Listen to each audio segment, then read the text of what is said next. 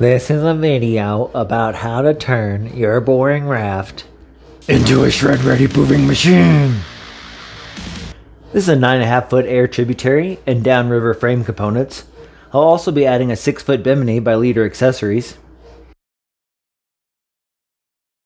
I started by making a cardboard template so I could perfect the fit without wasting any plywood.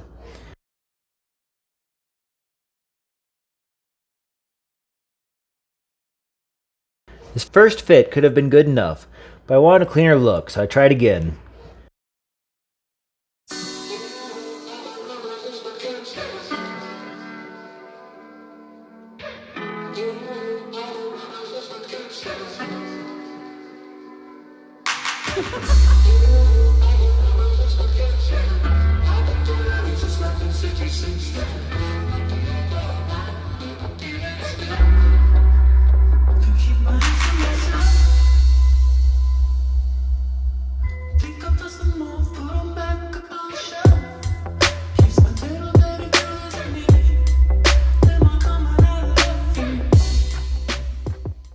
This time it was like squeezing that 50th groove into your rocket box. A snug fit. At this point I realized I was getting ahead of myself. The whole point in this build was to maximize storage space, and this captain's seat wasn't doing me any favors. I set it up so I was sitting on this captain's box instead, and decided to split the long floating floor into a separate beaver tail and captain's deck. Now it's on to my favorite part, the woodworking. While I'm getting this cut out, let me explain the benefits of adding a deck to your boat. Not only does it create more storage space, it also distributes that storage weight across the tubes. If all your gear was on the actual floor, it would sag, hanging lower into the water, dragging more rocks and debris. By suspending these decks from the frame and D-rings, the floor is able to flex freely over obstacles, making you less likely to get hung up or damage the rubber. Another added benefit, although not my original intent, was that my feet stayed much drier. I'm using 3/4 inch birch plywood. Most people would recommend marine grade plywood, but I couldn't find any and thought this looked much nicer.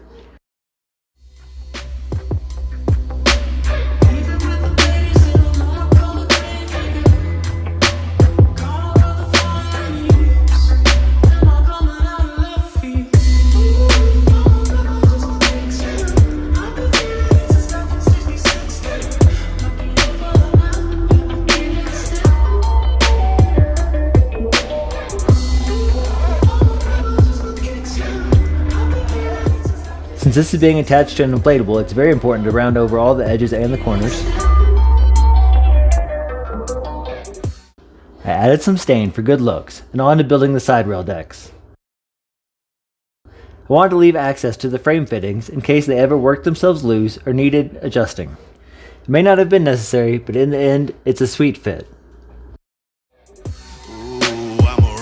Mashing the pedal, would you rather dance with the stars or dance with the devil? Imagine me not grabbing the metal when the enemy's meddling. My mental is telling me this is murder one through melody. Rebel on the pedal since I balance on a bicycle. They're supplying me and my per diem, I don't die. Simple love is all you need, it's only me as I survive. Hustle always on the grind, I'm playing mine with divine structure.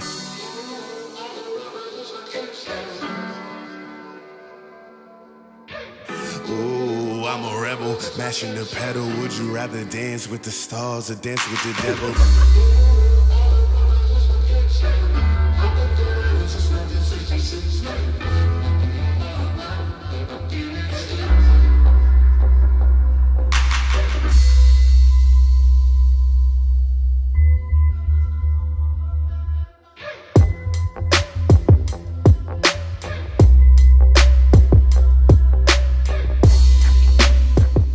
Now that I had most of the essentials done, I wanted to try including a couple plush additions, like a set of oh shit handles for the passenger.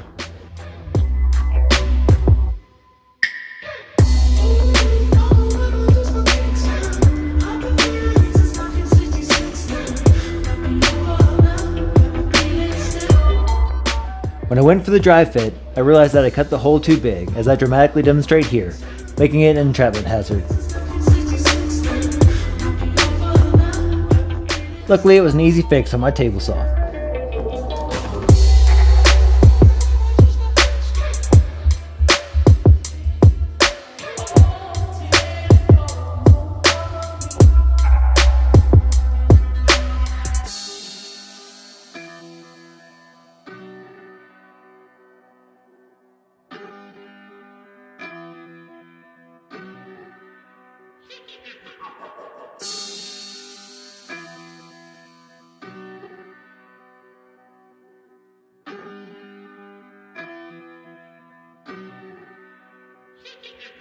After the handle fell, I was nervous to try my cup holder idea, but I persisted.